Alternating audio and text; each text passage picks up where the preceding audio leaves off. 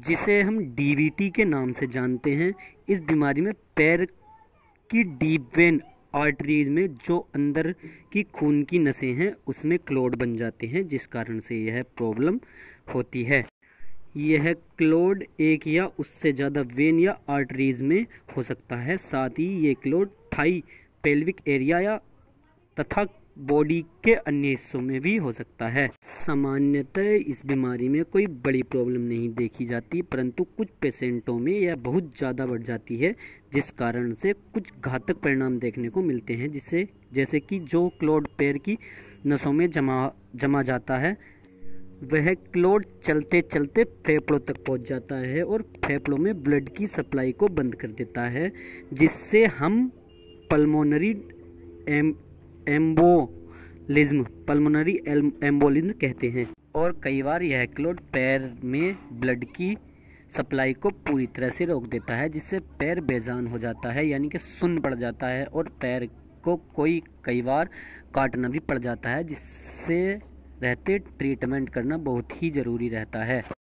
इस बीमारी में क्या इलाज लेते हैं या इस बीमारी में क्या ट्रीटमेंट लेते हैं, इसको जानने से पहले हम जान लेते हैं इस बीमारी के होने के क्या क्या कारण हैं। जो सामान्य देखे गए कारण हैं वह है पैर का लंबे समय तक मूवमेंट नहीं होना, और यह सामान्य किसी भी कारण से हो सकता है, जैसे कोई व्यक्ति लंबे समय तक ड्राइवरी करता है, या फिर लंबे समय तक ट्रेवलिंग करता है, या फिर कोई व्यक्ति जिसको किसी प्रकार का ऑपरेशन हुआ है और वह लंबे समय तक बिस्तर पर लेटा हुआ है, या किसी भी व्यक्ति का एक्सीडेंट की वजह से बेड रेस्ट की सलाह दी गई है।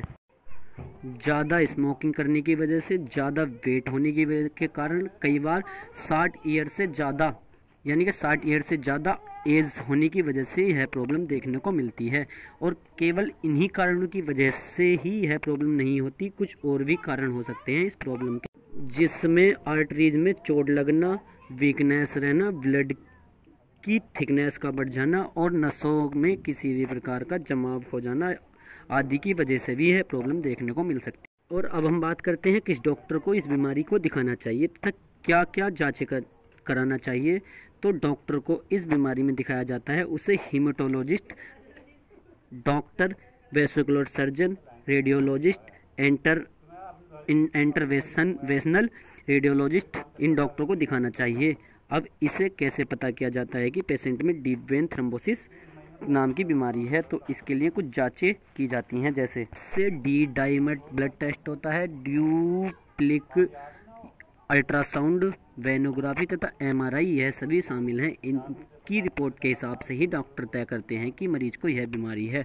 अब डॉक्टर द्वारा क्या ट्रीटमेंट दिया जाता है वह मैं आपको बता दूं। इस बीमारी में ट्रीटमेंट पेशेंट की कंडीशन के अकॉर्डिंग दिया जाता है। अगर पेशेंट नॉर्मल कंडीशन में है तो पेशेंट को टैबलेट देकर ठीक किया जा सकता है, और स्थिति से ज़्यादा गंभीर होने से एडमिट करके दिया जाता है, और आवश्यकता पड़ने पर सर्जरी या ऑपरेशन भी किया जाता है।